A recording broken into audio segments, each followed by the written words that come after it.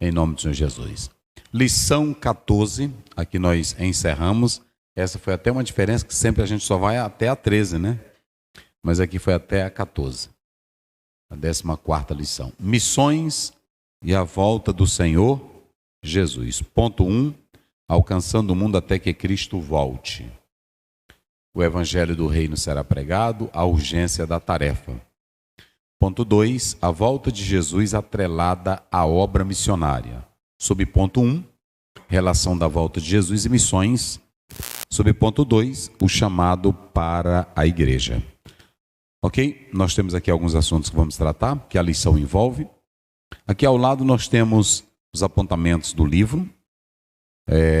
Apontamentos do livro, introdução, alcançando o mundo até que Cristo volte, a volta de Jesus atrelada à obra missionária.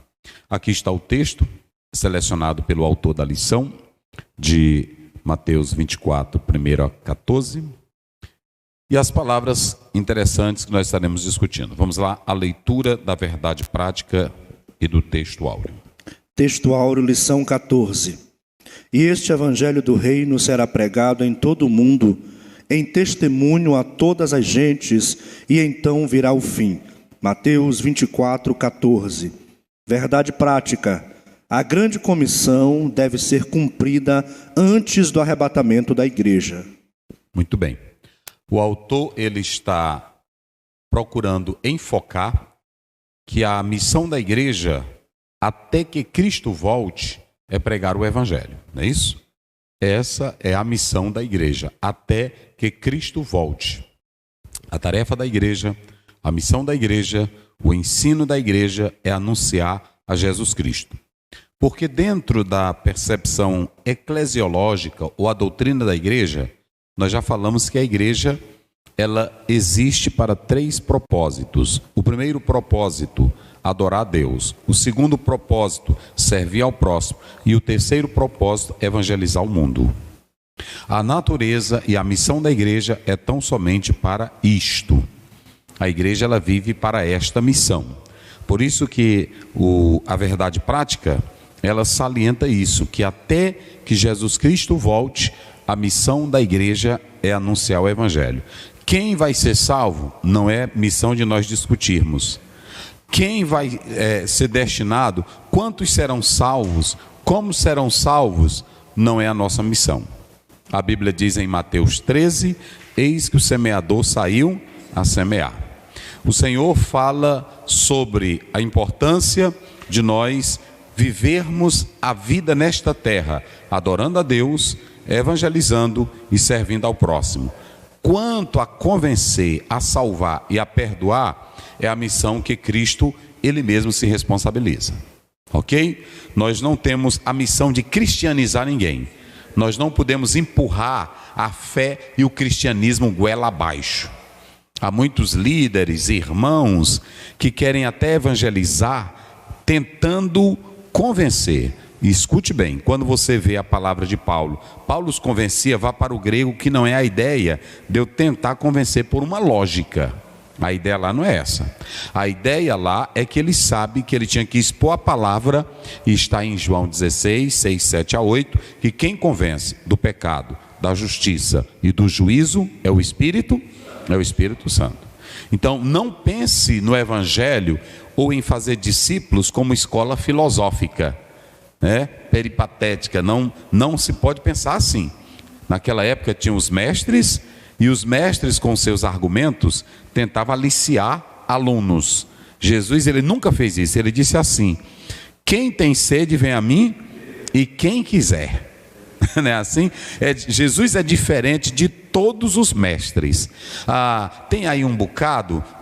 Tu está filmando, Caio? Bota para cá. Tem uma série de doutores e de pessoas que tentam oprimir a igreja e falar mal da igreja e começam dizendo: a igreja me oprimiu, o evangelho me oprimiu, o sistema me oprimiu. Pois se te oprimiu é porque tu quis.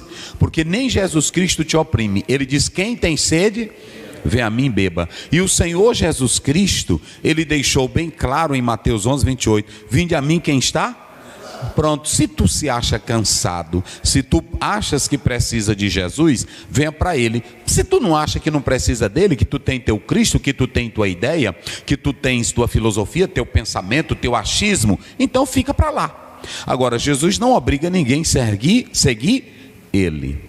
Pode falar lá. A decisão de seguir é da pessoa.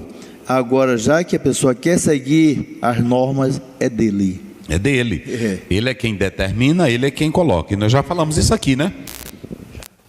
Algumas vezes nós falamos isso aqui. Então, essa é a nossa visão. Nós temos muita coisa hoje, então nós vamos correr com esse texto. Vamos lá. Mateus 24, primeiro. E quando Jesus ia saindo do templo, aproximaram-se dele os seus discípulos para lhe mostrarem a estrutura do templo. Jesus, porém, lhes disse: não vedes tudo isto?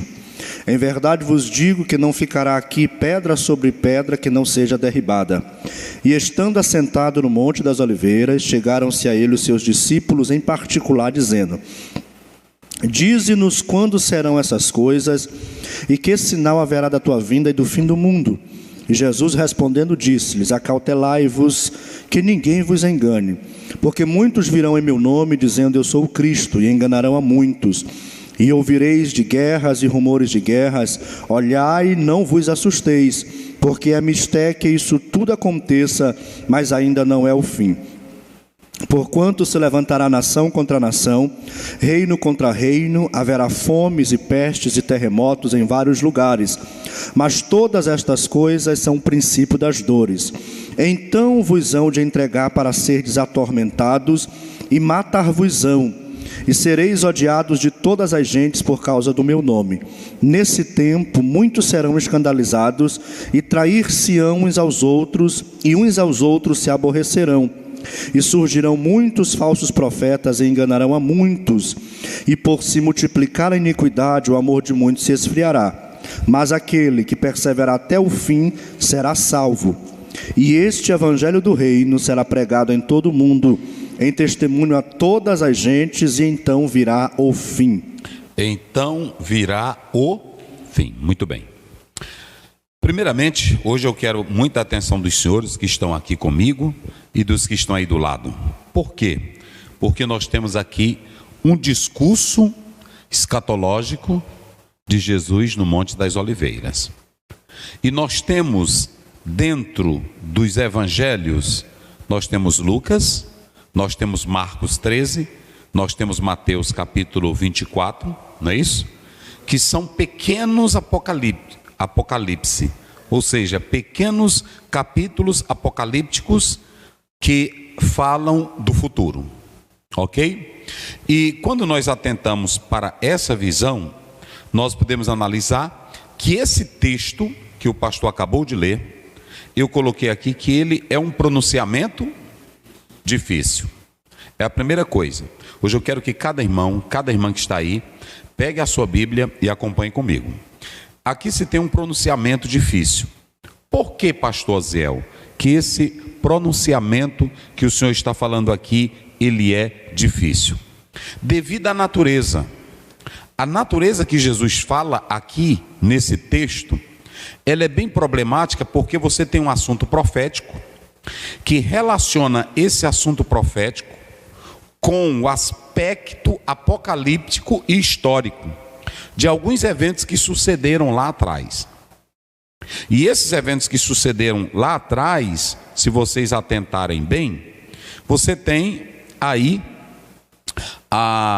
as semanas de Daniel, um trecho muito analisado e debatido, não é a nossa aula de hoje, que fala das semanas de Daniel e fala da 70ª semana de Daniel, que estaremos dando aqui algumas pinceladas, que está em Daniel, capítulo 9, verso 24 a 27.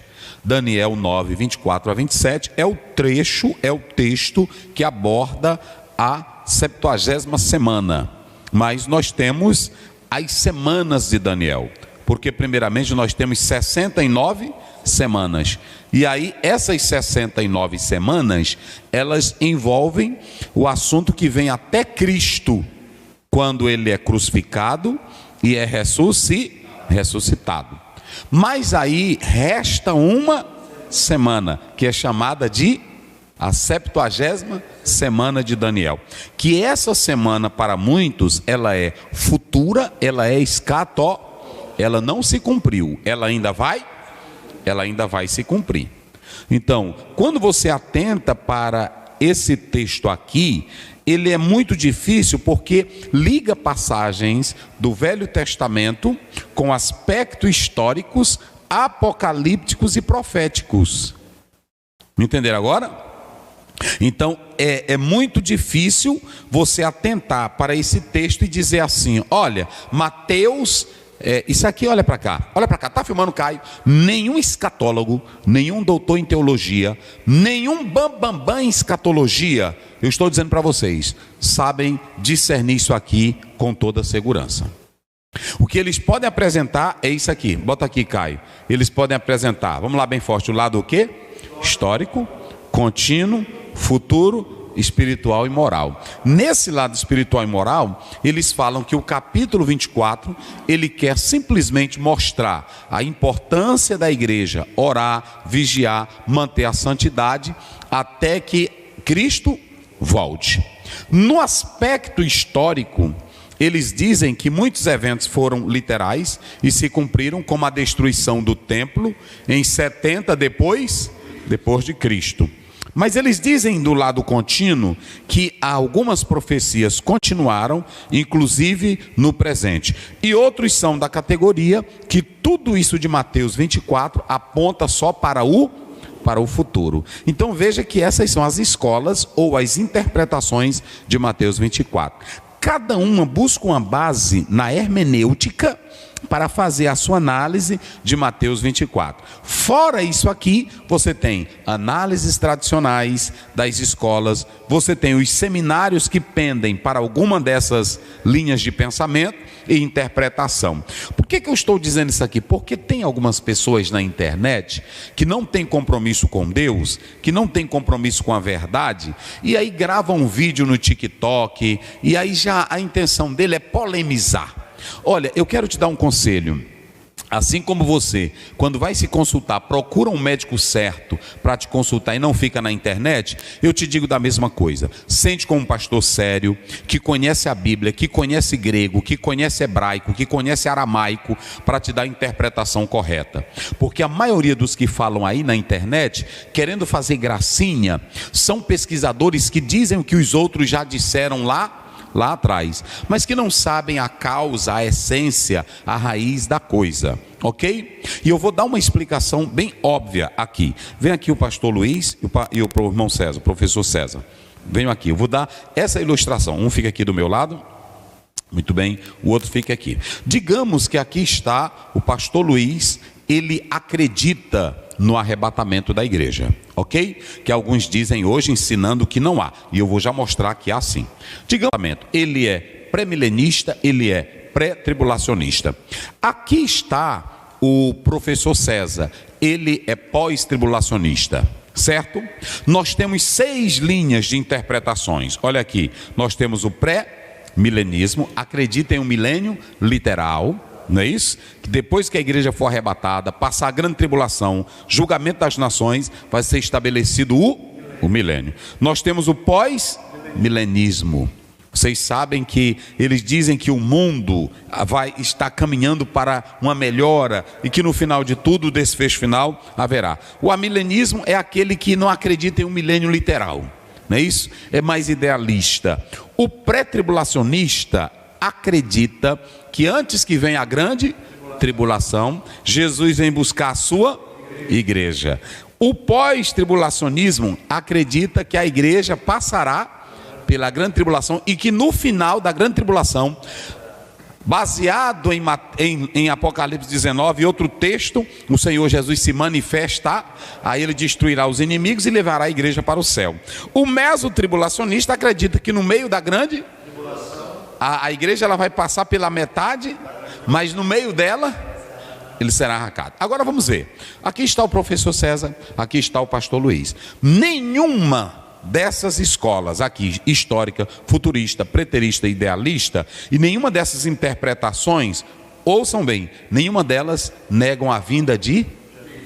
Preste bem atenção que eu quero dizer para vocês. É assim ou não é? O pós-tribulacionista, ele diz que Jesus não vai voltar? Não. Ele diz que Jesus vai voltar no final. Então ele acredita que Deus vai dar força, que Deus vai dar capacidade. Ele não está negando Trindade, ele não está negando Bíblia, ele não está negando Espírito Santo. É assim? Por exemplo, o amilenista, ele, e lá do quarto século, o próprio Agostinho, com a sua obra Cidade de Deus, vai contribuir para isso aqui. Mas o amilenista, ele nega Jesus, ele nega a Trindade, ele nega o Pai, ele nega a vinda, ele nega a vida eterna? Não. Então, vejam bem, o que pode acontecer de dissonância ou de divergência é simplesmente na interpretação. De que um acha que vai ficar até a volta, na grande tribulação, o outro acha que na metade da grande tribulação, a igreja vai ser arrebatada. Agora, na ordem dos acontecimentos. O que eu quero dizer aqui é o seguinte: uma pessoa que quer se amostrar e que quer atacar e que quer ganhar seguidor, ele vai pegar isso aqui e vai fazer um barulho só para atrair pessoas. Porque todos aqui acreditam em Cristo. Agora, a hermenêutica que é usada para interpretar essa daqui, como por exemplo, eu sou pré-tribulacionista e pré-milenista, eu entendo que a hermenêutica nossa, ela é mais literal e mais precisa, porque o pós-tribulacionismo, como também as outras correntes aqui, elas seguiram mais a linha da análise da escola de Alexandria, aquele método da alegoria, entendeu? Então, se tornou mais problemático. Agora, quando você atenta para isso aqui, o método literalista, o literalismo, ele corresponde mais para uma hermenêutica pré-tribulacionista e para uma hermenêutica pré-milenista. Deu para entender? Tem mais consistência. Agora, vamos lá, fica aqui. Aqui está o pós-tribulacionista. O pós-tribulacionista, ele diz, não, a igreja vai ficar para a grande. Aí ele pega Apocalipse 3:10 e diz assim: eis que eu te livrarei da hora da tentação, que há de vir, da grande tribulação. Mas ele diz, não, esse verbo, aliás, essa preposição ex, não é tirar, é preservar na. Não é assim? Já o pré-tribulacionista diz, não, ali a preposição ligada também com João é tirar. Ou seja, antes é arrancar. Antes da grande tribulação, Jesus vai vir e vai levar a sua igreja para o céu. Aí vamos dar uma ideia. Uma pessoa diz assim: você lê Mateus capítulo 24 todo e não tem nada de arrebatamento. Me prove arrebatamento em Mateus 24. E se eu te provar que o Mateus 24 não é para a igreja, é para judeu? E aí, como é que você vai interpretar isso? Porque aqui em Mateus 24, se você pegar o texto todinho e ler ele, Jesus não está respondendo à igreja. Jesus está respondendo perspectiva judaica. Como? Perspectiva judaica. Toda uma perspectiva judaica. A hermenêutica, eu vou já mostrar isso aqui para vocês. A hermenêutica que ele está dando aqui é uma hermenêutica na perspectiva judaica. Não é assim? Então, digamos aqui, quando você lê Mateus, aliás, João 14, 1:3, não se turbe o vosso coração, crede em Deus, crede também em mim, na casa de meu pai. Se fosse assim eu não teria. Vou e voltarei e vos levarei para mim. Pronto. A Bíblia diz em 1 Tessalonicenses 4:17, a Bíblia diz que o Senhor Jesus vai vir e vai ficar nos ares. Se você pegar, você tem que saber distinguir o que é revelação de arrebatamento. Os pré-tribulacionistas, eles nunca dizem que Jesus não vai se manifestar, se revelar. Só que ele vai se revelar na grande, quando Jesus vier com a sua, aí a Bíblia diz, e todo olho o verá. Todo olho o verá. Se você pegar 1 Tessalonicenses 1:10, a Bíblia diz que Deus não nos destinou para a ira. Por isso que nós afirmamos que nós não vamos participar da grande tribulação. Agora, se vocês analisarem, aí você tem eventos que não tem como encaixar só na manifestação, na volta de Cristo de uma só vez. Então, tem uns bobinhos aí da internet que querem fazer graça, que eles, olha, não tem arrebatamento. Pegue. O arrebatamento invisível, né, pastor? Estão negando direto. negando o arrebatamento secreto, não é isso? E eles dizem que não tem isso, mas tem. E quando você analisa os grandes hermeneutas dessa particularidade aqui, tem totalmente base. Obrigado. O que eu quero mostrar aqui para vocês, é que agora nós vamos analisar isso, ok? Quando você atenta para esse pronunciamento, eu falei aqui agora há pouco que ele é difícil, porque o Senhor Jesus vai ligar esse pronunciamento com aspectos apocalípticos e também com fatos históricos envolvendo a profecia de Daniel, que é a profecia que envolve Daniel 9, 24 a 27, como está aí no próprio texto. Ou seja, há paralelos que se ligam nessa palavra de Cristo com Daniel e também com o Apocalipse. E aí vocês podem analisar que Lucas, capítulo 21, 12 a 24, se você analisar, ele faz uma dispensação intermediária da igreja. Basta você ler isso lá, quando ele trata dos acontecimentos.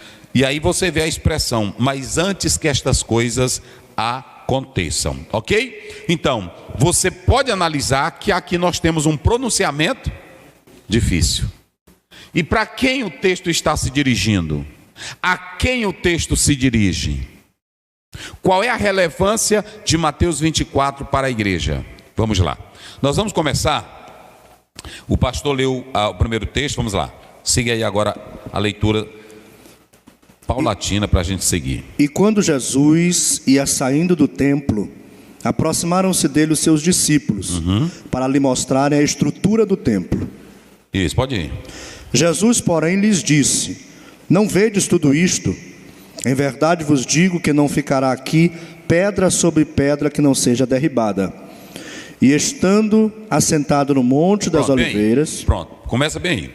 A questão, os judeus não eram apreciadores de artes, mas o grande templo de Herodes, quando você atenta para esse templo, os maciços blocos com revestimentos de ouro chamaram até a atenção dos discípulos. E os discípulos levaram a Jesus para mostrar aquela obra suntuosa. Eles ficaram admirados com aquela obra de arte e eles levaram Jesus para ver. Só que quando Jesus chega lá, Jesus não esboça nenhum sentimento nacionalista. Jesus não mostra nenhuma admiração. Ele normal, para ele foi normal. Ele só disse assim: aqui não vai ficar pedra sobre pedra que não seja o quê? Derribada. E isso aqui aconteceu porque o general Tito, ele vem em 70 e destrói o quê? Destrói o templo. E aí o imperador Juliano, querendo reconstruir esse templo em vão, o que ele faz? Esse projeto dele, ele manda tirar aqueles grandes blocos de pedra. Cumpre-se a primeira coisa que você pode analisar é que o texto, ele quer salientar para nós que o nosso Deus, aquilo que ele fala, aquilo que ele diz, se cumpre. Oh, glória a Deus. A primeira coisa que nós podemos analisar é que aquilo que está na Bíblia, aquilo que é profetizado por Jesus, se cumpre. Se ele diz que vai voltar, nós acreditamos que ele vai voltar. Então, Jesus não tem nenhum orgulho nacional. Ele não manifesta um espírito nacionalista. Ele só diz assim: não ficará o quê? Pedra sobre pedra que não seja o quê? Derribado. Isso aqui provocou nos discípulos, é aqui que começa. Isso aqui provocou nos discípulos um questionamento. Provocou um questionamento. Porque se vocês analisarem, lá do monte, se contemplava na parte leste aí o templo, né? E era muito bonito, a vista era bonita. E aqui nós podemos analisar que Jesus fez isso, ok? Jesus fez isso. Então, os discípulos, depois que eles falaram aquilo, mas que negócio é esse?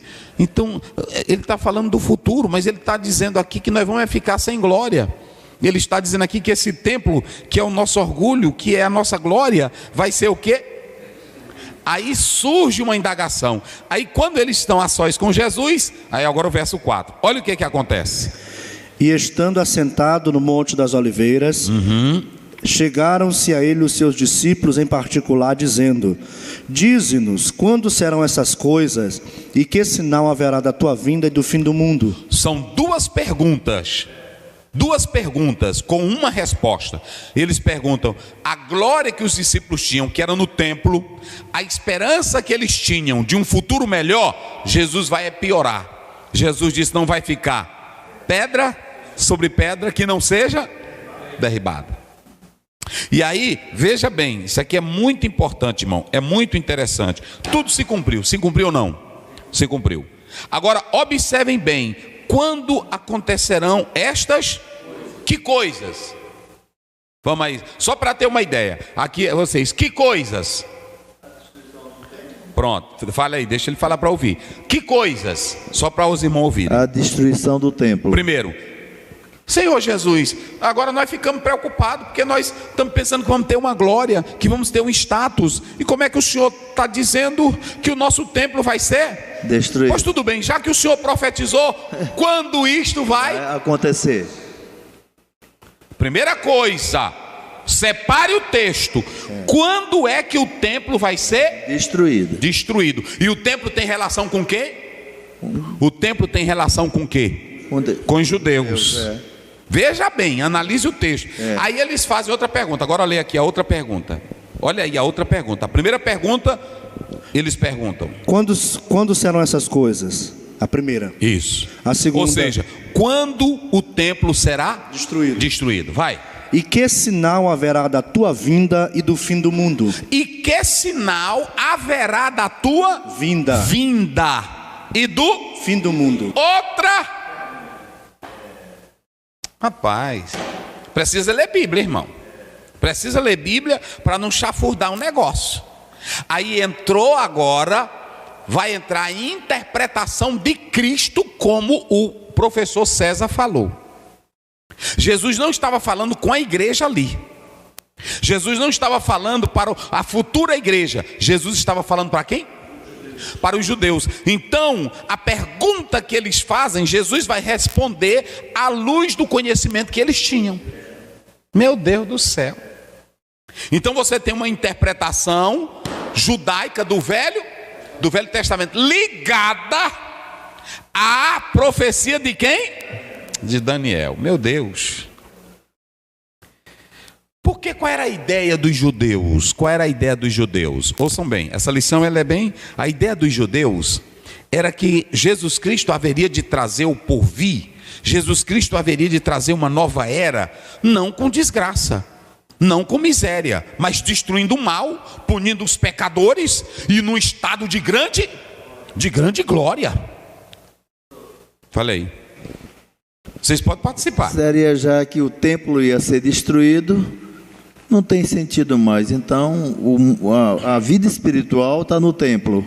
A presença de Deus está no templo. Já que o templo será destruído, então, diz logo o sinal da tua vinda e do fim do mundo. Logo, que está contando tudo. O templo era o orgulho nacional desse povo. E aí o senhor sabe que logo Estevão vai morrer só porque vai pregar falando do templo. Ele nem ataca o templo, mas ele diz assim: ó, esse templo aí não é nada com a glória de Cristo. E eles se zangaram. E Jesus aqui piorou, porque ele traz uma ideia dizendo: olha, esse templo belo que vocês estão elogiando não vai ficar pedra sobre. E eles perguntam: mas quando é isso que vai acontecer? Quando é que esse templo vai ser destruído? Segunda pergunta. Qual é a segunda pergunta? Que sinal haverá da tua? Tá aí, qual é o sinal? Por quê? Porque os judeus tradicionais, eles tinham uma ideia da consumação do século. Tinha ou não tinha? Eles tinham uma ideia da consumação daquela época. E qual era a ideia que eles tinham? É que haveria de vir um Messias Salvador, um Messias libertador, que ia destruir todos os seus inimigos, colocar tudo debaixo dos seus pés, reinar, Israel reinar com... Essa era a ideia. Essa era a ideia, inclusive era a hermenêutica dos judeus daquela época. Vamos ver aí Atos 1:6, vai lá, rapidinho. Atos 1:6. Atos 1:6. Aqueles, pois, que se haviam reunido, perguntaram-lhe dizendo: Senhor, restaurarás tu neste tempo o reino a Israel? Olha aí, Senhor, restaurarás tu neste o reino? Então, quando eles falam dessa consumação do século, refere-se ao tempo em que eles, os judeus, tinham conhecimento naquela época. Por isso que é muito importante nós analisarmos. Aí aqui, por causa dessas duas perguntas, surge o maior sermão apocalíptico do livro de Mateus, não é isso? Do capítulo 24, que é um sermão escatológico. E aí você pode analisar, eu estou falando aqui, ó, sem orgulho. Aí eles perguntam quando vai acontecer. O cumprimento profético da destruição de Jerusalém aconteceu em 70 pelo general Tito, 70 depois de Cristo. E aí você vê, ele diz, não ficará pedra sobre. O imperador Juliano fez ou não fez? Cumpriu-se a profecia. Mas tem uma ainda, que aí ele diz, e que sinal haverá da tua vinda e do fim do mundo, da consumação do século. É aqui que nós vamos agora entrar. E aí entra o discurso. Quando você atenta para isso, o período em questão que os discípulos perguntam, que sinal haverá da tua vinda e da consumação? É aí que entra a 70ª semana de Daniel, que trata do fim. Pronto. Aí Jesus vai tratar nesse sermão 24, o que está em Daniel, capítulo 9, 24 a 27. Que essa que eles chamam de semana, que essas semanas, elas são chamadas literais semanas de ano. E aí entra a última semana, que ainda está em aberta, e esta última semana ela envolve um conteúdo de grande tribulação, que essa grande tribulação tem relação com quem? Com os judeus. Ou seja, por que nós temos a ideia de que a igreja não vai passar pela grande? Porque o capítulo aqui não está tratando da igreja, o capítulo aqui está tratando de quem? Dos judeus. E o Senhor Jesus respondeu à altura da mente dos judeus, seguindo a tradição judaica deles, do Velho Testamento, a interpretação aliada ao Velho Testamento. Então você tem aí 69 semanas até a entrada de Cristo, quando veio o Messias, que ele foi cortado. 69 semanas, 7 vezes 7, 49, 490, né? Então observem bem que aí para e fica uma semana. Uma semana. Isso aqui é interessante. Vê Mateus 24:15. Olha aí. 24:15. Quando, pois, virdes que a abominação da desolação de que falou o profeta Daniel está no santo lugar. Isso, vai.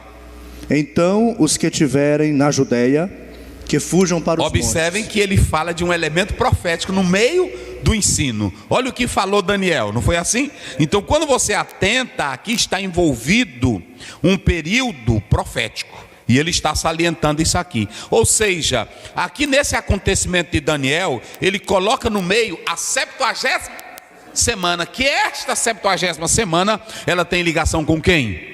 Com os judeus. Que é ainda a semana que falta. E aí, quando o Senhor Jesus vai falar dela, ele vai dar sinais da sua vinda. Mas essa vinda lá não é para a igreja, gente. Vocês entenderam? Não tinha igreja. Ele não está tratando aqui da igreja. A igreja, prestem bem atenção. O que foi destruído lá? Falei vocês bem forte. Vamos lá. O que foi destruído? O templo. O templo. Mas também, o que foi destruído? A identidade, a nacionalidade. E a cidade? Foi ou não foi destruída? A cidade também. Então, o que era Jerusalém para os judeus? Jerusalém era tudo, né? Era glória. Tudo, era a vida, era a expressão da glória. Era orgulho. Com a destruição, Deus estava dizendo que o sistema antigo ficou obsoleto. E agora viria uma nova era. Com quem? Com a igreja. Então nesse momento parou-se aquilo que era para os judeus. Paulo explica isso em Romanos capítulo 9 até o 11. Meu Deus do céu, basta ler isso aqui para você entender. Aí no discurso do Monte das Oliveiras, o Senhor Jesus vai fazer o seu discurso mostrando o que vai acontecer durante a 70ª semana.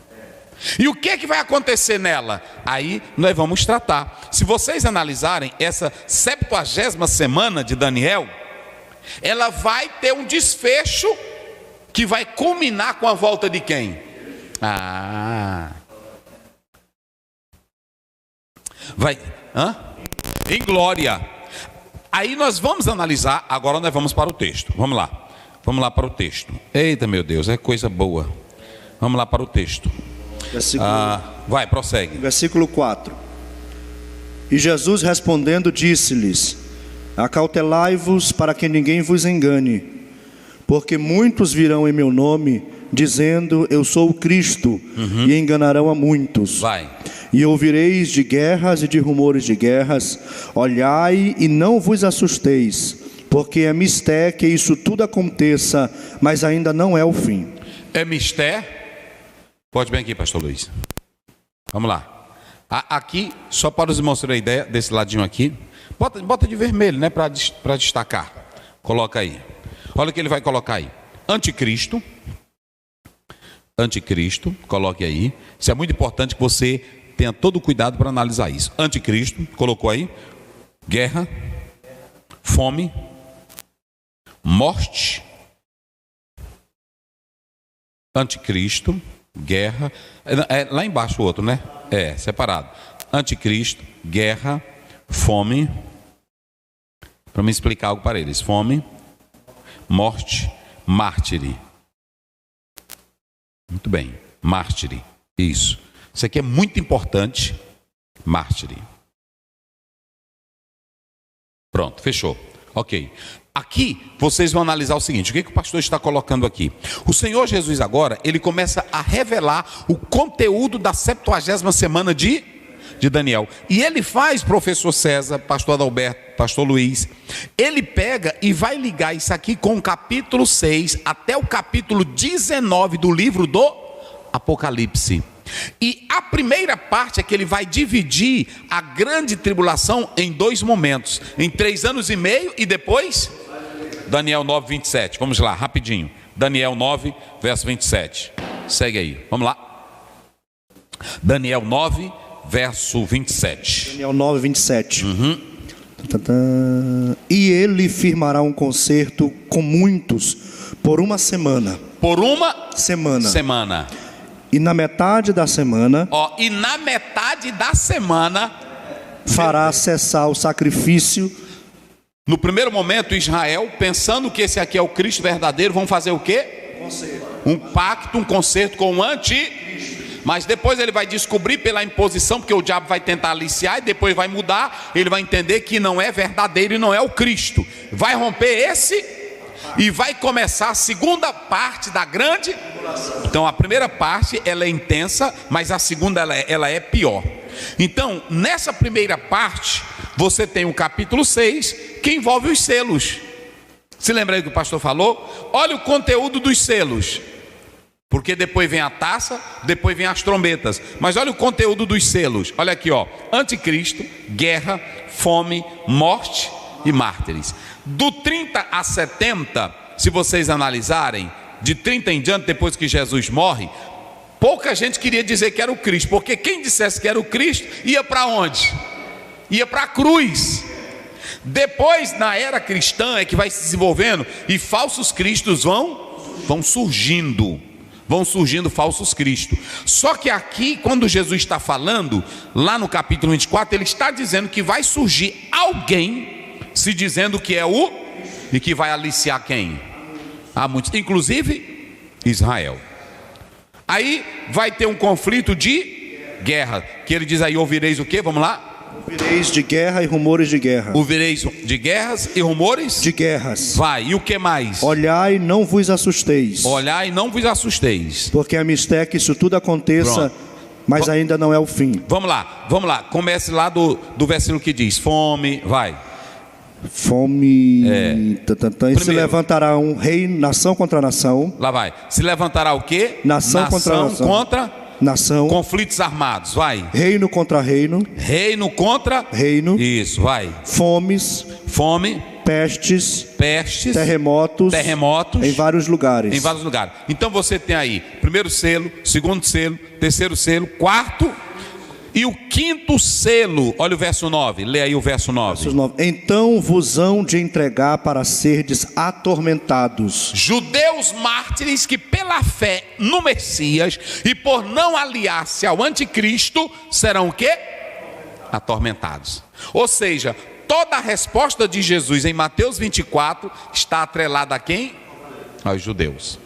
Que esses judeus estarão aonde? Na grande tribulação. Aí eles perguntam, porque aí os pós-tribulacionistas e os outros que dizem, qual é o sinal que Jesus vai arrebatar a igreja, que você vê em Mateus 24? Mateus 24, eu particularmente não creio que o Mateus 24 no seu todo é para a igreja. Mas Jesus respondeu à altura da hermenêutica judaica.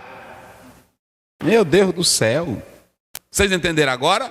Aí ele pega, porque prestem bem atenção, na grande tribulação, no abrir do primeiro selo, segundo selo, terceiro selo, quarto selo, quinto selo, sexto selo, nas trombetas, as 7 trombetas, nas taças, a igreja vai estar. E para quem é?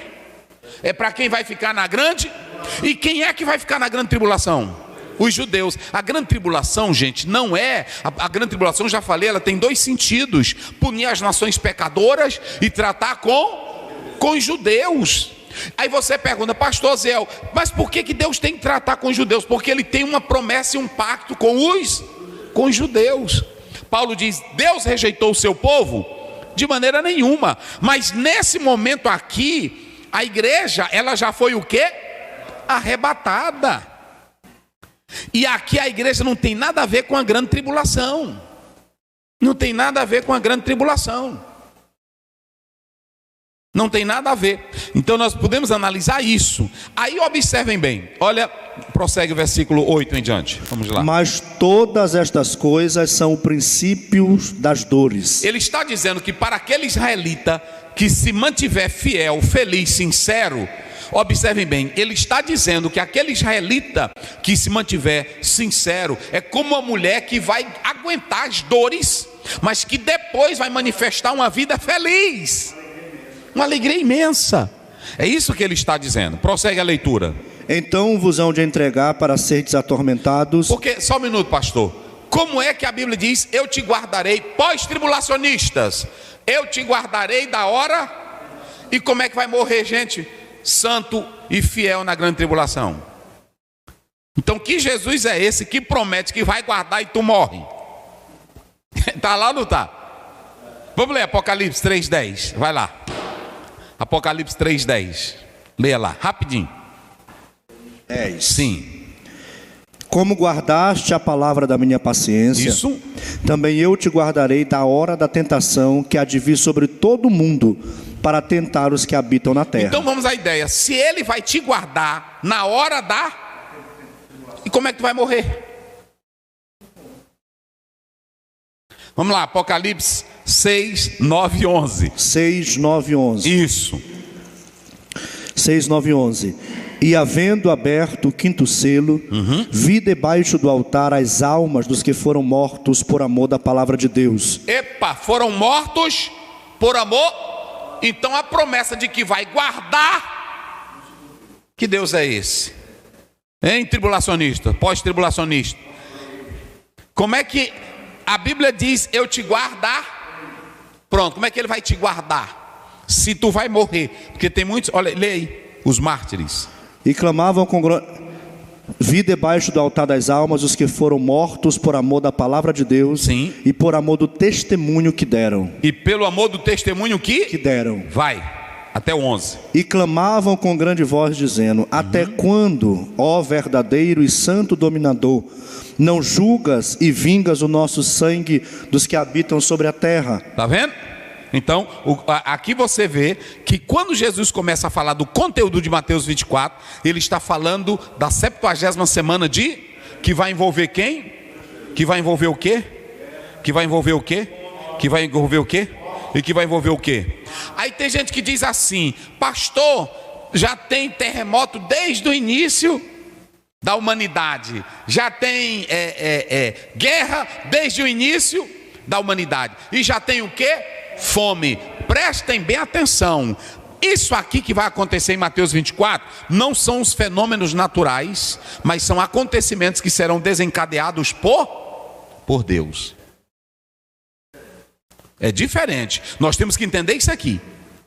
E eu leio muito escatologia pentecostal e mas nós temos que entender isso aqui, porque teve muitos que não trataram isso aqui. alguns teólogos que dizem assim, a intensificação do terremoto, das guerras, das mortes, é que vai fazer com que Jesus venha. Não é sinal do arrebatamento. Isso aqui não é sinal do arrebatamento, porque isso aqui está atrelado ao quê? Aos judeus e à grande. São sinais para quem? Para os judeus, mas não é sinal. Por isso que eles perguntaram: que sinal, meu Deus, haverá da tua? Agora os judeus, eles vão atentar, muitos vão atentar e vão ser salvos, porque eles vão analisar o que Jesus disse e vão atentar para os sinais. O sinal que vai mostrar que a igreja, que Jesus está voltando, é a grande apostasia. Esse é o maior sinal para nós hoje da volta de Jesus. Então, o Senhor tem um plano com Israel e tem um plano com a igreja. Com Israel e tem um plano com a igreja. Então você tem que atentar para isso aqui. E é isso aí que o pastor leu. Vamos lá. Aí agora, observem bem. Olha o verso. Vai. 10. Nesse tempo, muitos serão escandalizados. Nesse tempo, muitos judeus serão o quê? Escandalizados, vai. E trair-se-ão uns aos outros. E uns aos outros se aborrecerão. Isso, pode ir. E surgirão muitos falsos profetas. Isso. E enganarão a muitos. Isso. E por se multiplicar a iniquidade, o amor de muitos se esfriará. Ou seja, quando ele fala desse esfriamento do amor, não é isso? Ele está mostrando que as calamidades, elas serão tão intensas contra Israel, que muitos esfriarão no seu amor para com a espera da profecia messiânica. Duvidarão muitos. É por isso que Paulo diz que nem todo Israel será salvo, mas o remanescente que permaneceu o quê? Fiel. Porque para Deus o que é salvo não é o judeu que nasce judeu. Para Deus o que é salvo é aquele judeu que permanece fiel. Então vamos lá. Aí vocês podem ler agora. Qual é o outro versículo? 13. Mas aquele que perseverar até o fim será salvo. Que sinal haverá da tua vinda? Aí Jesus está respondendo. Veja bem, não é a perseverança que salva. Porque nesse caso aqui, se fosse para nós, ele está dizendo aquele que perseverar até ou seja, nesse caso, a perseverança que daria o quê? A salvação. E nós somos salvos pela fé, hein? Mas o judeu que perseverar naquilo que Jesus falou e crer no que ele disse, será? Meu Deus. Está aí claro. Ok? Mas o sinal, o que vai distinguir os judeus salvos dos judeus que esfriarão e que desistirão, é a perseveração. Pronto, ficou fiel a Cristo até o fim. Pronto, até o fim. Ok? Então, aí nós vamos para o versículo final dessa perícope. E este evangelho do reino será pregado em todo o mundo, em testemunho das gentes, e então virá o fim. Evangelho do reino. Só tem um evangelho. Tem muita gente que pergunta: pastor, é dois o evangelho? Esse evangelho do reino é o mesmo evangelho que nós pregamos até hoje, será pregado na grande tribulação, que é o evangelho do... Só que há muitos escatólogos que dizem que o evangelho que será pregado na grande tribulação não é para a salvação, é uma proclamação de tudo aquilo que já foi falado que vai se cumprir. Porque nem dos que são aliados a Satanás não se arrepende, nem os demônios, e muitos não irão ficar mais zangados quando as coisas acontecerem e vão se revoltar contra Deus. Mas eles dizem que será proclamado o evangelho do reino, deixando claro que o Messias há de implantar aquilo que ele falou, aquilo que Jesus profetizou. O evangelho do reino aqui são as boas novas de salvação no Messias, com a ênfase de que ele vai estabelecer o seu reino na terra. Aí vem a pergunta mais interessante, que criou uma briga, e eu não vou entrar aqui no detalhe, pela seguinte razão: esta mensagem, aí como é que diz? Este evangelho do reino será pregado em todo o mundo. Este evangelho do reino será pregado. E aí agora vocês? Aí vocês mesmo já sabem a resposta. E aí? Hein? Não, observem bem. Este evangelho do reino será pregado em todo o mundo. Então virá o fim daquela consumação, daquela profecia que Jesus falou, que é aqui a grande, ou seja, na grande tribulação, o mundo todo vai ouvir o Evangelho. Pela dimensão, pelas duas testemunhas e pelos que são selados. Veja bem, se você atentar aí para Apocalipse capítulo 11, 3 a 12, nós já estamos aí em quantos minutos? Não vou alongar. Olha, 13, 11 a 12, aliás, 3, 11 a 12, você tem aí o testemunho das duas. Vamos ler isso rapidinho. 3. É Apocalipse 11, 3 a 12. É 11. É 11. 11, 3 a 12. E darei poder às minhas duas testemunhas, e profetizarão por 1260 dias, vestidas de pano de saco.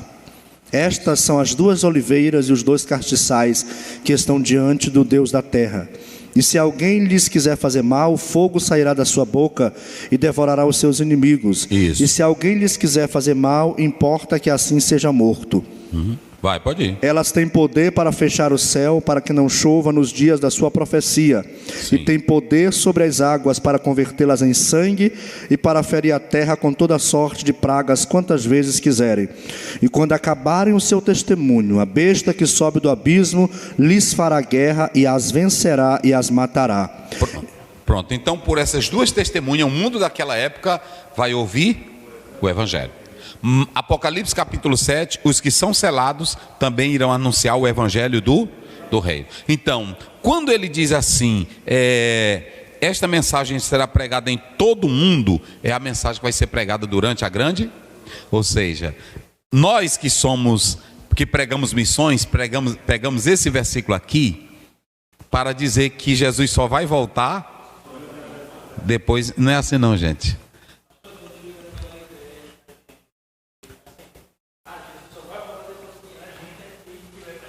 Não.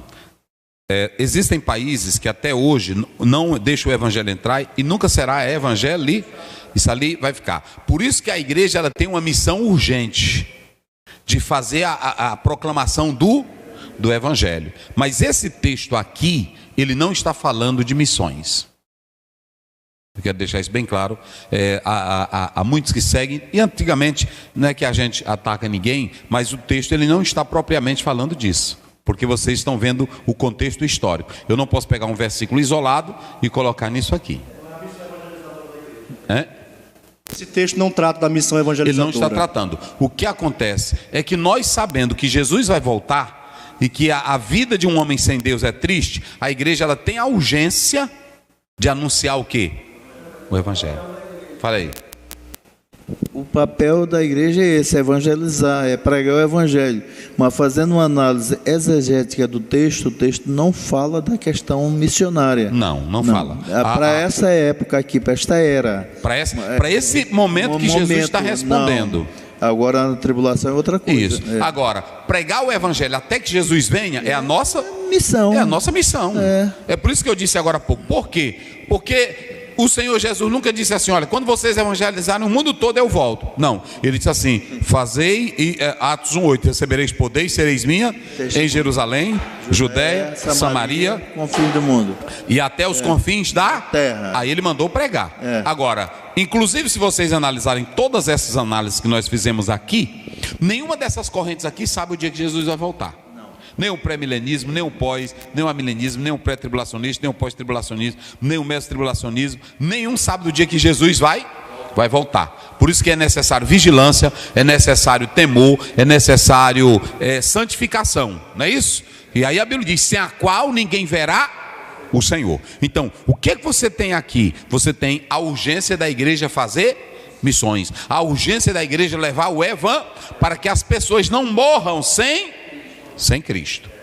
Essa é a missão da igreja. Agora, a vinda de Jesus não está, a volta de Cristo não está atrelada à obra missionária. Ele é soberano, ele volta quando ele não depende de mim para que ele volte. Agora, eu como igreja sei que eu tenho uma responsabilidade. 1 Coríntios 9,16, Paulo diz, e ai de mim se não pregar, porque ele vai cobrar de mim. Vocês entenderam? Essa é a perspectiva. Então, essa lição de hoje ela é muito escatológica e eu tenho que tratar isso aqui dessa forma com vocês. A obra missionária da vinda de Jesus, né? Porque é o seguinte, a nossa missão, eu sei que é triste uma pessoa ir para a eternidade sem Deus. Agora, a minha missão é pregar o evangelho. Tem países que eles vão continuar, e vocês querem uma prova? Vocês podem observar, os países que seguem a linha, os muçulmanos, está aumentando e está fechando a porta em alguns países para o evangelho. Não é assim? Então tem evangelho, tem país aí que o evangelho nunca entrou e que não vai ter, mais resistente. A população mundial ainda não foi evangelizada. Não foi evangelizado. Então o que acontece? E principalmente agora, com essa ideia da pós-modernidade, do ateísmo, da negatividade, do liberalismo, o que acontece? Está esfriando mais. Está esfriando mais. Então a volta de Jesus, ela não está atrelada. Agora, a nossa responsabilidade do arrebatamento é que nós queremos que as pessoas sejam salvas, como Deus quer. E aí a nossa missão é levar o evangelho. Agora ele disse assim: ide por todo mundo e pregai, fazei discípulo de todas as... Esse é o contexto bíblico. Todos entenderam? Então pronto, essa é a visão. E aí você pode analisar, eu já falei aqui dessa percepção de Mateus 24, alguns seguem a preterista. Eles dizem que tudo isso aqui já se cumpriu. O que resta agora, alguns, é só um aspecto simbólico, independentemente de data ou de evento escatológico. Os futuristas dizem que há um aspecto histórico, mas que na verdade há muita coisa que ainda há de se cumprir. E que eles dizem que alguns eventos se cumpriram, mas que há uma semana que está reservada para o aspecto escatológico. Os históricos atentam para aqueles eventos históricos que aconteceram, envolvendo alguns eventos, e creem que outros ainda irão suceder. Ok? Pronto, agora vamos aqui ao texto, a da lição. Mas tudo isso aqui já é da lição. Eu tô tratando, já respondi tudo que está aí da lição. Ok? Antes que Jesus volte, nós temos um convite, não é isso? Olha aí, antes que Jesus volte, Apocalipse 22, vamos lá rapidinho, 7 e o verso 20. Olha aí o que diz. 22, 7 a 20. Eis que presto venho. Pronto, é isso que ele diz. Eu estou à porta, não é isso? Eis que eu venho, vai. Bem-aventurado aquele que guarda as palavras da profecia deste livro. Então pronto, ele está dizendo para todos: aqueles que guardam a palavra deste livro são bem-aventurados, porque com a minha vinda, é por isso que é chamado, essa parte é chamada de teologia da bem-aventurança ou teologia da esperança, porque quem guarda ela em santidade, em justiça, em verdade, vai ter direito ao céu de glória. Ok? Verso 20. Aquele que testifica estas coisas diz: aquele que mandou falar estas coisas diz: certamente cedo venho. Assim como ele diz que Jerusalém seria destruída e o templo cumpriu ou não cumpriu, e assim como ele diz: eis que eu cedo venho. Aí o que ele diz? Amém, ora amém. Vem Senhor Jesus. Pronto, e acabou essa conversa. Ele vem ou não vem? Então pronto. Agora, se tu acha que ele vem e ele vem só no final da tribulação, então aguarde. Se tu acha que ele vem na metade, fique lá. Se tu acha, não é assim? Agora, nós acreditamos que antes da grande tribulação ele leva nós, e aí enquanto Israel está aqui 7 anos de tribulação, nós estamos com 7 anos de gozo e de alegria lá no céu de glória. Pronto, é assim que nós acreditamos, ok? Então, ali está. Tempo do derramamento do Espírito. Essa era que nós estamos vivendo é a era que foi profetizado, Joel 2,28, Atos 2, verso 38, não é isso? Essa promessa é para vós e é para os vossos pais, para os vossos filhos, para os que estão perto, para os que estão, e para tantos quanto o Senhor Deus. Por isso que nós vivemos a era do Espírito. Se nós buscarmos o Espírito Santo, Ele vai nos dar poder. Se nós formos fazer a obra, Ele vai nos dar poder. Está aí. Agora, a vinda do Cristo é um segredo que pertence ao Pai. Não tem teólogo no mundo, nem escatólogo, e não adianta adivinhar. George Miller foi fazer isso, né? Tentar adivinhar e não deu em nada. Então, nós não podemos seguir essas ideias desse tipo de hermenêutica. Está lá em Marcos 13, 32 a 37, Mateus 27, 42, vai lá. Agora 42. Pastor, e quando a gente lê Mateus 24, qual é a importância de Mateus 24 para a igreja? Se nós não vigiarmos, se nós não nos santificarmos, se nós não orarmos, nós seremos também vítimas da grande tribulação. Verdade. Vigiai, pois, porque não sabeis a que hora há de vir o vosso Senhor. Vigiai, pois, porque não sabeis. Não sabe, não tem esse negócio não, ok? É o 42, não é isso? Aí pronto, não tem esse negócio. Agora vamos lá para ainda o versículo, deixa eu ver aqui. Não, é aqui mesmo no vigiar, né? Ó, é o 36. 36. Isso. Porém, daquele dia e hora ninguém sabe, Sim. nem os anjos dos céus, Sim. nem o Filho, mas unicamente meu Pai. Esse texto não está falando de Jesus como Deus, está falando de Jesus como homem, que ele não se valeu ali da sua onisciência para tratar do segredo do Pai. Mas Jesus, ele sabe hoje, ele sabe que hora o Pai vai determinar a sua vinda. Ok, o mais importante é que a Bíblia está dizendo que vai vir uma grande tribulação e que a missão da igreja na atualidade é vigiar, é orar e é buscar até que ele venha. Essa é a nossa missão, a missão da igreja. E quando você atenta para os dias de Noé, ele estava falando da grande tribulação. Pronto, porque eu vi uma pessoa aí da igreja adventista explicando isso aqui totalmente errado. Assim como foi nos dias de Noé, assim também será a vida do filho, porque os judeus também, dos dias de Noé, e agora os judeus do dia de Cristo, eles não fizeram caso, mas Jesus estava dando alguns sinais da sua vinda e da consumação do século, não é isso? Daquela era. Aí o 42, vigiai, porque não sabeis o dia e nem a... Pronto, observe bem, vê aí o verso 39, pastor. 39. E não o perceberam. Isso, vai. Até que ele veio o dilúvio e os levou a todos. Assim será também a vinda do Filho do Homem. Então Jesus estava dizendo que a falta de vigilância dos judeus ocasionaria a entrada deles na grande tribulação, ok? Então é isso aí, é um segredo que pertence ao Pai. Alcançando o mundo até que Cristo volte. Este evangelho do reino será pregado. Aí nós já explicamos aqui o que é isso. Pequenos apocalipse nós já falamos também, não é isso? Aí você pergunta, pastor, e por que esses textos apocalípticos na Bíblia que trazem terror? Quando a gente lê Apocalipse, irmão, não tem nada de terror. O livro do Apocalipse está mostrando que as orações dos crentes serão respondidas.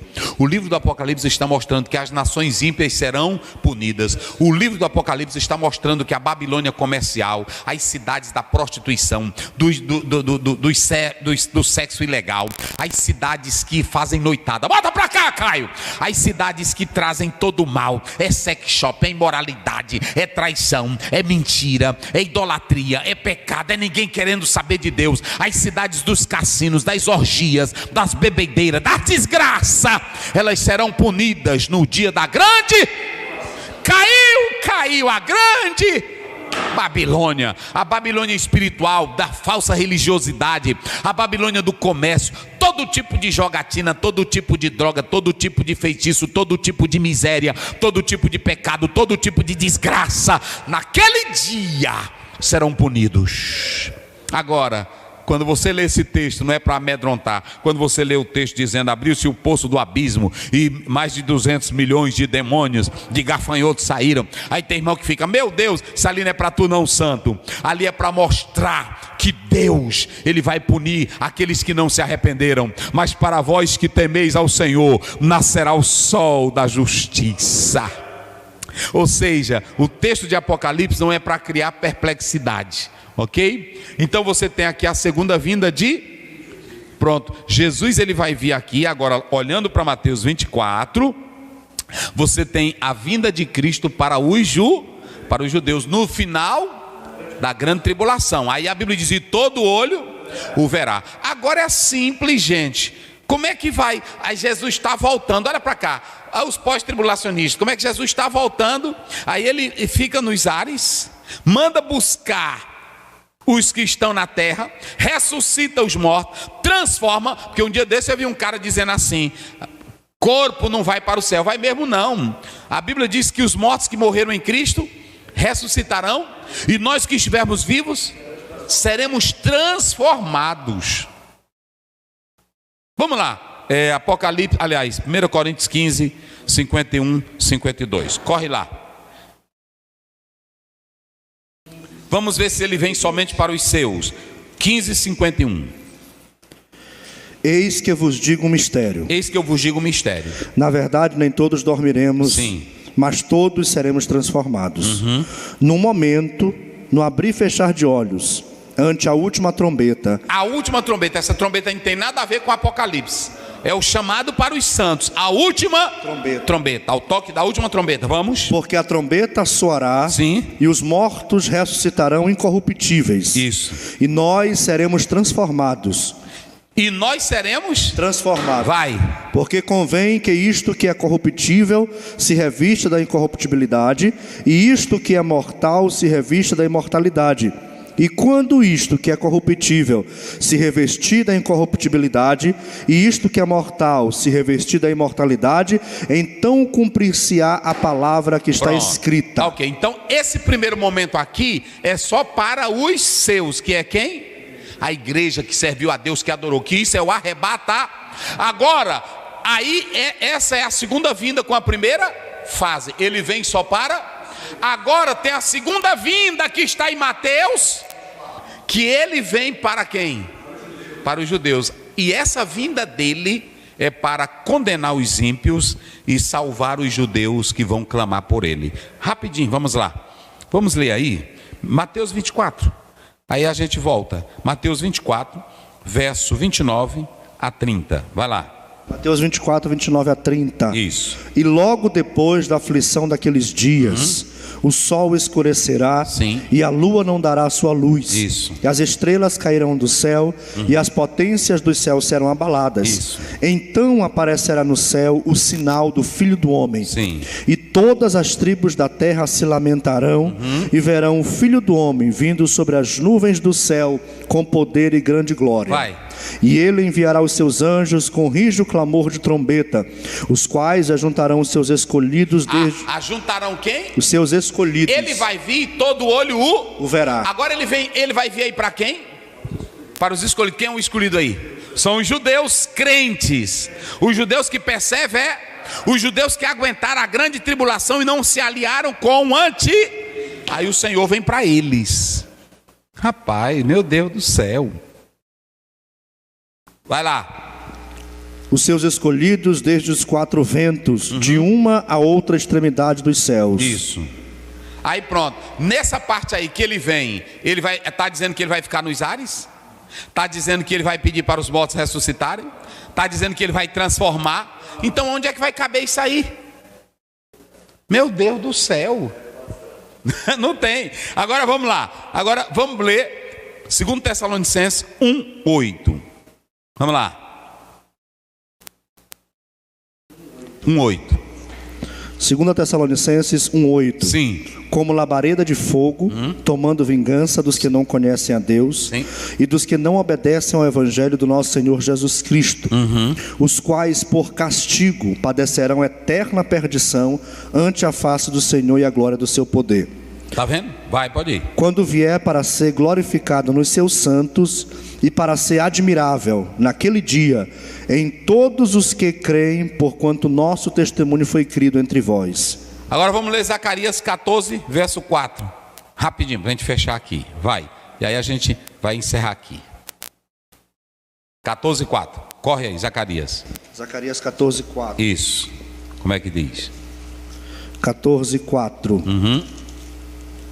É E necessário, naquele gente. dia Isso. estarão os seus pés sobre o monte das oliveiras, Pronto. que está defronte de Jerusalém, para o oriente. E o monte das oliveiras será fendido pelo meio para o oriente e para o ocidente, e haverá um vale muito grande. E metade do monte se apartará para o norte, e a outra metade dele para o sul. Ele estará onde? Ele estará onde? No monte das oliveiras, não é isso? Ele ficará no monte das... Agora vamos lá para 1 Tessalonicenses 4:17. Vamos lá, 1 Tessalonicenses. A gente encerra aqui, vai. 4:17.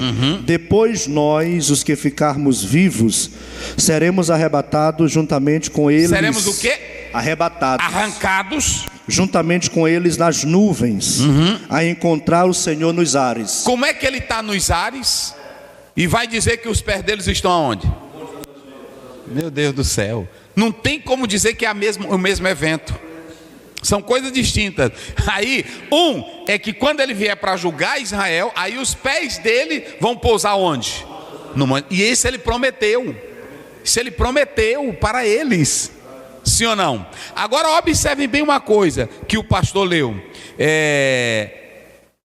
Agora vamos lá para o verso 14, vai, do mesmo texto.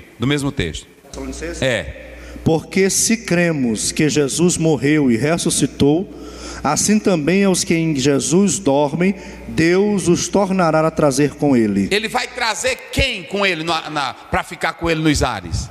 Os que dormem, os que morreram, hein? E nós, os que estamos vivos, seremos arrebatados e subiremos aonde? Ao encontro do Senhor Jesus nos ares. Então, tem muita coisa que eu não vou entrar aqui em detalhe, mas esses textos já te ajudam. Leia Atos também 1:11, ok? A segunda vinda de Cristo, ela tem duas. Primeiro ele vem para a igreja, e ele vem na segunda fase ele vem para quem? Para os judeus, ok? Isso está bem claro. Manifestação gloriosa de Cristo, basta você ler o Apocalipse, agora ele vai se manifestar de modo glorioso para os judeus e para todos que estão na grande. Nós temos 1527 referências sobre a segunda vinda de Cristo no Antigo Testamento, 319 referências no Novo, total 1846. A urgência da tarefa de pregar o Evangelho, devemos produzir frutos com os nossos. Aí sim, a nossa missão é pregar com urgência, porque Jesus disse que vem. Eu não sei a hora que ele vem, o dia que ele vem, mas nós temos urgência, porque os campos estão brancos.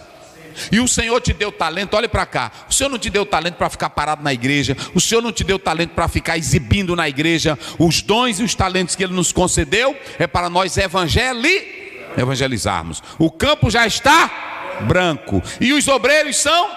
Hoje tem gente demais no púlpito, tem ou não tem? Hoje tem gente demais querendo ser pregador. Mas vá bem aqui na Bolívia, vá bem aqui no Peru, vá bem aqui no Equador, a escassez do Evangelho é grandiosa. Nós só temos gente enchendo o púlpito onde tem muita gente para eles serem vistos. Mas hoje quem quer trabalhar para Jesus são poucos. A urgência da obra. E aqui a noiva precisa se ataviar. Nós temos que pregar o Evangelho para a igreja ser santa, para a igreja ser pura, para que ela seja entregue ao noivo na pureza de Cristo. Eita, glória a Deus, não é isso? A missão da igreja antes do arrebatamento, ela tem que ter o fundamento de missões, e nós já explicamos aqui que Jesus nos salvou para proclamar as virtudes dele. Está lá em 1 Pedro 2:9, ok? As recompensas, nós temos que entender que o cristão que vive as bases do arrebatamento e da promessa, ele vai viver para ser recompensado. E aí nós vamos para o tribunal de Cristo. Isso aqui não tem nada a ver com Israel. E aí por isso que se encaixa tribunal de Cristo. E nós temos os motivos. Nós temos motivos dignos e nós temos motivos indignos. Tem pessoas que pregam o Evangelho para se amostrar. Tem pessoas que pregam o Evangelho para ganhar dinheiro. Tem pessoas que pregam o Evangelho para serem famosas. São os motivos indigno. O motivo digno, você prega o Evangelho para ver vidas salvas, você prega o Evangelho para ver vidas santas, você prega o Evangelho porque Jesus está voltando, você prega o Evangelho porque você não quer ver vidas descendo para o inferno. E aí nós vamos analisar que 4 coroas nós vamos receber. Qual é a primeira coroa? A da vida, que são aqueles que permaneceram fiéis, são os mártires que aguentam e serão coroados pelo Pai, como foi Estevão. Nós temos a coroa é aqueles servos fiéis que aguentam até o fim. Nós temos a coroa aqueles que amam a vinda de Cristo e não trocam a vida espiritual por nada. Eles não fazem como Judas, não trocam Jesus por 30 moedas de prata, não é isso? Eles não trocam Jesus por dinheiro, nem por posição, porque amam a sua vinda. Sabe que Jesus está voltando? E aí está lá em 1 Timóteo 4:8. Não somente a mim, mas a coroa da justiça me aguarda para mim e tantos quanto? Pronto, ok? Coroa incorruptível é sinal daquele que não se contaminou com o mundo, não se contaminou com o pecado. É a moça que é crente até o dia da vinda de Jesus. E aí nós temos o grande desafio da igreja. Qual é o primeiro grande desafio da igreja? Pregar o Evangelho. Qual é a responsabilidade de todo cristão? Olha aqui, ó. A responsabilidade de todo cristão, de todo jovem, de todos os líderes é pregar o Evangelho. Pronto, é buscar a glória de Deus. E aí a volta de Jesus atrelada à obra missionária. Na mente e no coração do crente, ele sempre tem que entender que Cristo vai. É por isso que ele deve trabalhar pela salvação dos pecadores. Deus não quer que ninguém se perca. O evangelho, que evangelho? É o evangelho do reino, que é o mesmo evangelho. Agora, qual é a centralidade do evangelho? Vamos dizer juntos para terminar: arrependimento e perdão, recebimento do Espírito Santo, separação da geração e aguardar o quê? A volta de Jesus. Esse é o trabalho do evangelho. Qual é o propósito da grande comissão? Fazer discípulos. O chamado da igreja é para o quê? Alcançar as nações. A oração da igreja é para o quê? Salvação das nações. O dinheiro da igreja deve ser usado para quê? Projetos missionários. A nossa vida deve ser gasta em missões. E os nossos filhos devem ser ensinados para a missão. Que Deus te abençoe. Findamos aqui o ano de 2000, aleluia, de 2023. Esse livro aqui, A Teologia da Esperança, foi lançado pela editora Servos. Se você quer, pode ligar para eles, entre aí na internet. Eu falo tudo isso aqui sobre a nossa teologia e a coisa saudável à luz da Bíblia. Leia esse livro. Eu estou lançando, se Deus quiser, no mês de março, vai sair eu respondendo que nós não temos a nossa fé em Nelson Darby, que o pré-tribulacionismo segue a palavra de Deus, e nós vamos ter essa obra aí disponível para os irmãos, não é isso?